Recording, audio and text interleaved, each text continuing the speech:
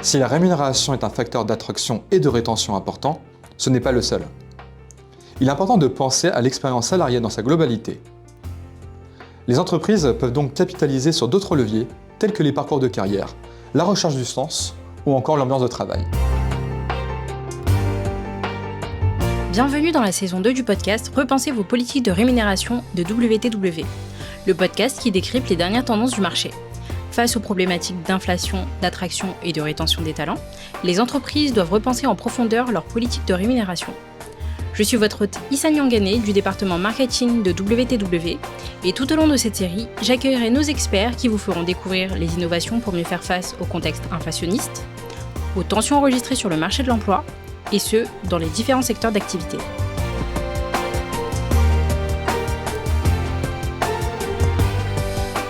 Pour ce troisième épisode, nous accueillons nos experts de l'activité Rewards Data Intelligence, Saadia Benali. Bonjour. Jason Yassino. Bonjour. Et Eva Passini. Bonjour. Ils vont nous partager les tendances de rémunération observées sur le marché des services financiers en 2023.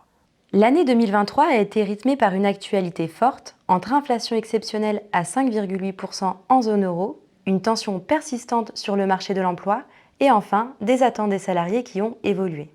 Notre enquête Financial Services France 2023 est composée de 201 entreprises participantes et 319 000 titulaires. Nos enquêtes de rémunération sont une pierre angulaire dans la gestion des salaires. Elles vous fournissent des données cruciales pour garantir que vos collaborateurs soient rémunérés de manière juste et équitable en fonction de divers paramètres. Plusieurs tendances peuvent se dégager de nos enquêtes de rémunération, notamment celles des métiers en tension. Du côté des fonctions de contrôle, la gestion du risque et l'audit apparaissent comme les plus en tension, notamment sur des niveaux de professionnels intermédiaires. Les fonctions liées à la RSE, sujet phare des banques en ce moment, apparaissent également en tension. Du côté des fonctions support, les jeunes diplômés en comptabilité client-fournisseur et en contrôle de gestion sont notamment très recherchés. Les institutions financières ont annoncé augmenter leurs investissements dans la cybersécurité, la banque digitale et l'intelligence artificielle pour mieux servir leurs clients tout en adoptant de nouvelles technologies pour améliorer l'expérience de leurs talents. Et cela se voit sur la tension du marché, où la stratégie et le développement en cybersécurité est très convoité, surtout sur les niveaux de managers ou de professionnels confirmés. Les fonctions de responsable de produits et marketing digital sont également très recherchées.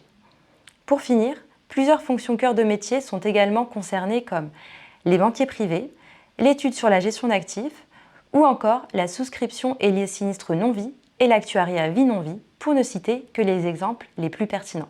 Concernant les tendances de rémunération, notre enquête Financial Services en France nous montre que les augmentations réelles individuelles versées entre 2023 ont été de l'ordre de 4,2% en moyenne, contre 3,1% en 2022.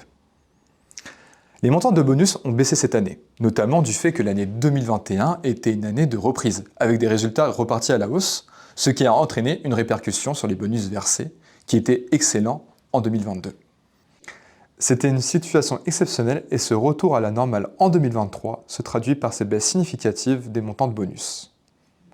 Le constat est différent pour l'intéressement et la participation, qui ont significativement augmenté entre 2022 et 2023. Plusieurs facteurs peuvent impacter les niveaux de rémunération. L'un de ces facteurs est le genre. Les femmes gagnent environ 2,2% de moins que les hommes sur leur salaire de base pour des fonctions de contribution équivalentes. Force est de constater que plus le niveau de responsabilité augmente, plus les écarts hommes-femmes sont significatifs. La directive européenne portant sur la transparence des rémunérations va venir renforcer l'application du principe de l'égalité salariale entre les hommes et les femmes, à travail égal, salaire égal. Autre facteur impactant la rémunération, le lieu de travail. Les salaires de base en Île-de-France affichent une moyenne supérieure de 12% par rapport aux salaires pratiqués dans les autres régions.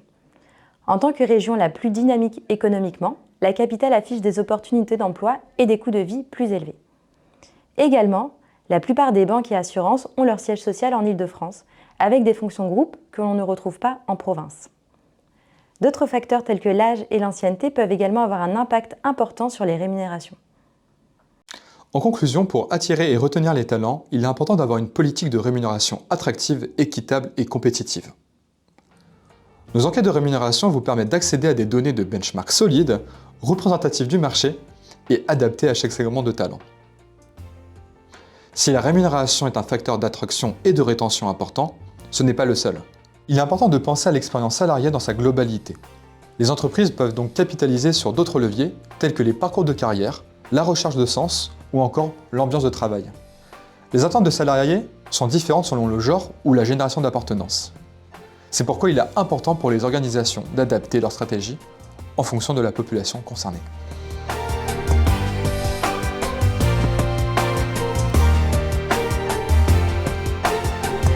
Nous vous remercions pour votre écoute et espérons que cet épisode vous aura apporté des éclairages sur vos différents enjeux. Pour toute question sur le sujet ou sur nos enquêtes de rémunération, n'hésitez pas à nous contacter. À bientôt pour un nouvel épisode.